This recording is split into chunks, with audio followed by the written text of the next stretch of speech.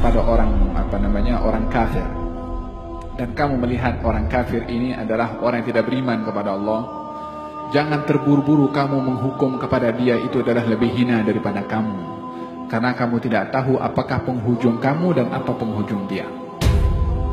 Kalau penghujung dia itu baik, bukankah dalam hadis diceritakan tentang orang yang membunuh 99 orang, digenapkan menjadi 100 orang, lalu akhirnya bertaubat kepada Allah dan diterima taubatnya, walaupun belum sedikit amal yang dilakukan oleh orang tersebut, Allah terima dan masukkan syurga oleh Allah sebelum beramal apapun juga, baru niat, baru azam, baru kekuatan nak bertaubat.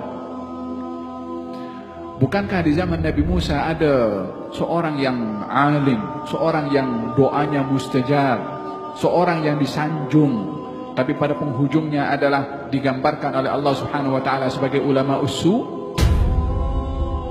Sebenarnya As bin Ba'ura orangnya saleh, zahirnya penghujungnya adalah nasibnya tidak baik, wal iyadu billah. Idzan kalau melihat orang kafir, jangan terburu-buru menilai kita lebih baik daripada dia sebelum penghujung yang menentukan.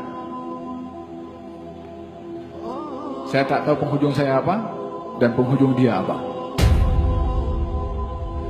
Memang kita adalah membenci kepada kekufurannya, tapi bukan kepada individunya.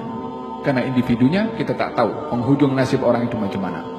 Kalau kita nampak orang tua yang lebih tua daripada kita, yang mungkin orang tua ini adalah tidak salat umpamanya, maka kita melihat orang ini lebih tua daripada saya, yang mungkin dia dulu sudah kenal Islam dulu sebelum saya kenal Islam, sudah berbuat baik sebelum saya berbuat baik, mungkin dia akan mendapatkan hidayah.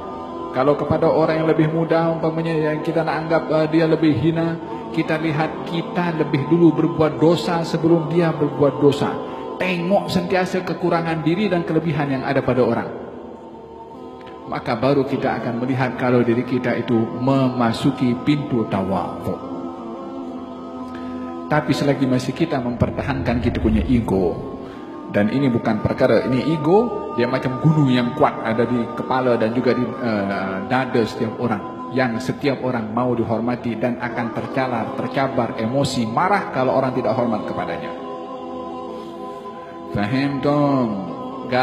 Kata Rabi Yazid al-Bustami, orang itu dikatakan tawadhu kalau tengok dirinya tak ada nilai. Lepas itu, bukan hanya itu saja, adalah melihat dirinya lebih hina, lebih rendah berbandingkan kepada orang lain. Kata baginda Rasulullah ketika mengajarkan tentang tawadhu, rubba ash'ath aghbar madfu' bil abwab law aqsam 'ala Allah la abarrah. Mungkin saja kamu tengok orang itu kusut masai, rambutnya entah macam mana, tapi kalau dia berdoa kepada Allah, doanya dikabulkan oleh Allah. Orang yang mungkin tidak kusut masai, pakaiannya rapi, mungkin pun pakai selendang juga, mungkin pakai serban juga, mungkin pakai kopiah juga, belum tentu itu adalah suatu nilai kualiti di sisi Allah Subhanahu wa taala. Kenapa kita pula nak menghukum orang daripada segi zahirnya, pakaiannya? Mula bila Nabi mengajar kita menilai orang daripada segi pakaian? Ini agama adalah agama menilai hati orang. Yang dinilai oleh Allah adalah hati orang. Dan kita adalah berkonsepkan kepada agama ini tersebut tidak berhak menilai kedudukan seseorang daripada apa yang kita nampak.